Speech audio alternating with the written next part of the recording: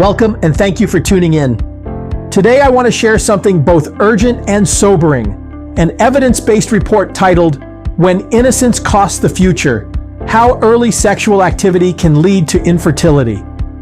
As someone deeply concerned about the direction of youth culture and public health, I believe this research delivers a wake-up call. Early sexual choices don't just carry short-term risks, they can quietly rob a young person of the joy of parenthood later in life. Whether you're a parent, educator, youth mentor, or simply someone who cares about the next generation, what you're about to hear may challenge assumptions and ignite new conversations. This isn't simply about saying no to sex. It's about saying yes to long-term health, purpose, and future dreams. It's about equipping young people with the truth and tools they need to thrive, not merely survive, during their most formative years.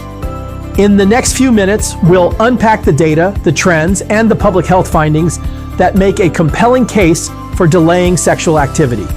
So settle in. Let's dive into the evidence together. Early sexual activity poses serious risks to future fertility, with consequences that many teenagers don't fully understand. The statistics paint a troubling picture.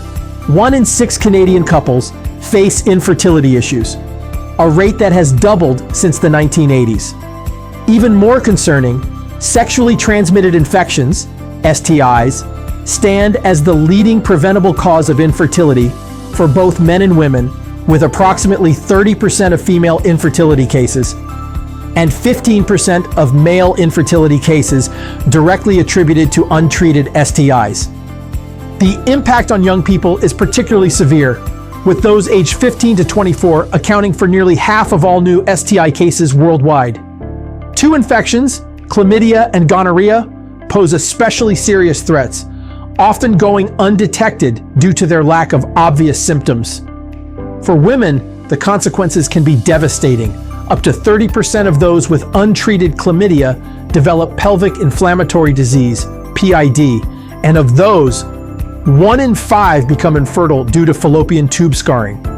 According to data from the CDC, WHO, and Public Health Agency of Canada, a single untreated STI can result in a 20% chance of infertility. The risks compound dramatically with repeated infections.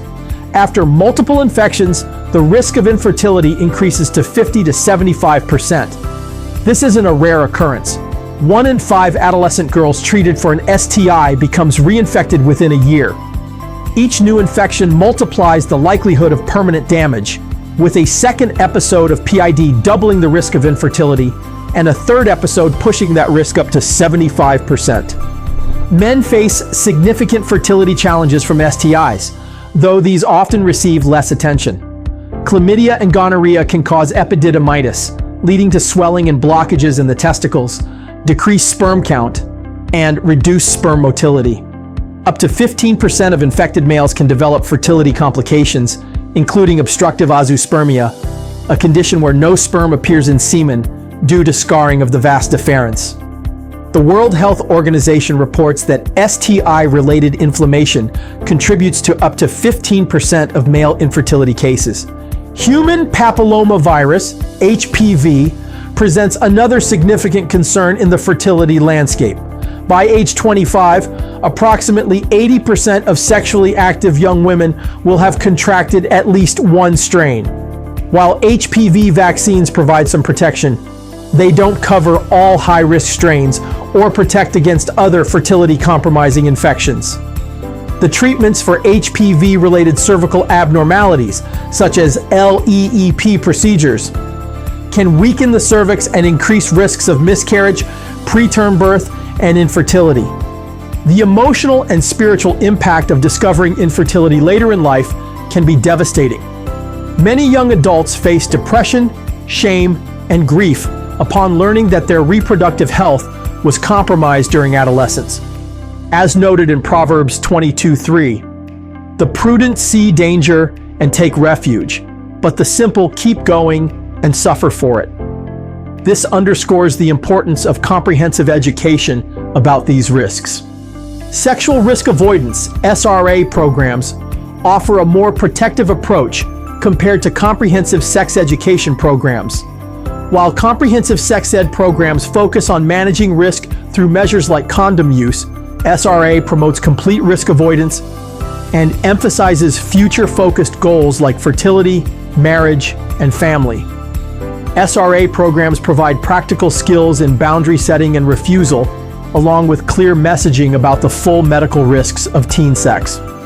This is particularly important given that even consistent condom use doesn't fully prevent STIs like chlamydia or HPV over time. The key message emerging from this research is clear. Decisions made during adolescence can have permanent consequences for reproductive health. Medical data shows that STI-related infertility is preventable, but only through informed decision-making and risk avoidance.